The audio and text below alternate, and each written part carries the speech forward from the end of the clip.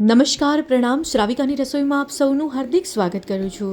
ઘણી બધી શ્રાવિકા બહેનોનો પ્રશ્ન હતો કે ગુરુ ભગવંતોની ગુચરીમાં દ્રાક્ષ વહોરાવી હોય એટલે લાભ લેવો હોય, સાથે એકાશના બિયાશના જેવી તપશ્ચર્યા હોય તો દ્રાક્ષનો ઉપયોગ કેવી રીતે કરવો? તો ચાલો વધુ સમય ન લેતા શરૂ કરીએ આજનો વિડીયો.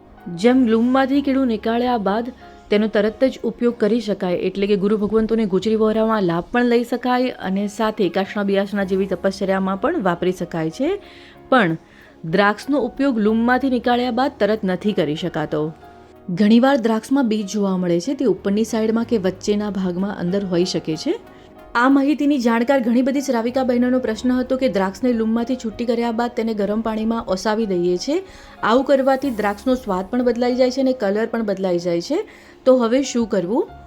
તો દ્રાક્ષનો ઉપયોગ આ રીતે કરવો. દ્રાક્ષને લૂમમાંથી છૂટી કર્યા બાદ સાવ થોડા વચ્ચેના ભાગથી નહીં, થોડા ઉપરથી આ રીતે આડી સુધારી તેમાં બીજ છે કે નહીં તે ચેક કરી લેવું. અને જો બીજ દેખાતું હોય તો ચપ્પાની સીધી સાઈડથી ન નીકાળવું, ચપ્પાને ઊંધું કરી તેની ઊંધી સાઈડથી બીજને શાંતિથી નીકાળી લેવું.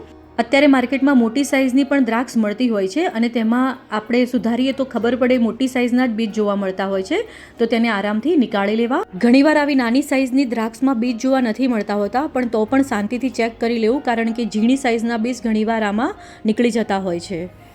તો બસ આ રીતે સચિત ત્યાગી માટે દ્રાક્ષનો ઉપયોગ કરવો. વચ્ચેથી થોડા ઉપરથી તેને સુધારી તેમાંથી બીજ નીકાળી 48 મિનિટ બાદ સાધુ સાધ્વી ભગવંતોની ગુચરી વહોરાવામાં લાભ મળે તે માટે, સાથે એકાશના બિયાશના જેવી તપશ્ચર્યામાં વાપરી શકાય.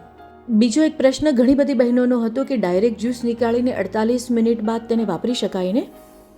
તો તેનો જવાબ છે હા, વાપરી શકાય. પણ આ રીતે વચ્ચેથી સુધારી અને પછી તેનું જ્યુસ બનાવવાથી દ્રાક્ષમાં રહેલા બીજને અભેદાન મળશે અને હૃદયમાં કરુણા ભાવ, જૈણાનો ભાવ વધુ પ્રબળ બનશે. તો બસ બીજ નીકાળ્યા બાદ જ્યુસ બનાવીને 48 મિનિટ બાદ તેને વાપરવાનો આગ્રહ રાખો. કેવી લાગી આજની આ માહિતી તે જરૂરથી કમેન્ટ બોક્સમાં જણાવજો. સાથે ચેનલ પર નવા છો અને હજુ સુધી ચેનલને સબસ્ક્રાઇબ નથી કરી તો જલ્દીથી સબસ્ક્રાઇબ કરી લો.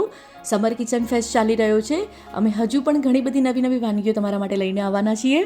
સાથે શ્રાવિકાની રસોઈ ફેસબુક પેજ, ઇન્સ્ટાગ્રામ પેજને ફોલો કરી લેજો. ત્યાં પણ ઘણું બધું નવું જાણવા મળવાનું છે. પૂરો વિડીયો જોવા બદલ આપ સૌનો ખૂબ ખૂબ આભાર, ધન્યવાદ, પ્રણામ. આપનો દિવસ શુભ રહે.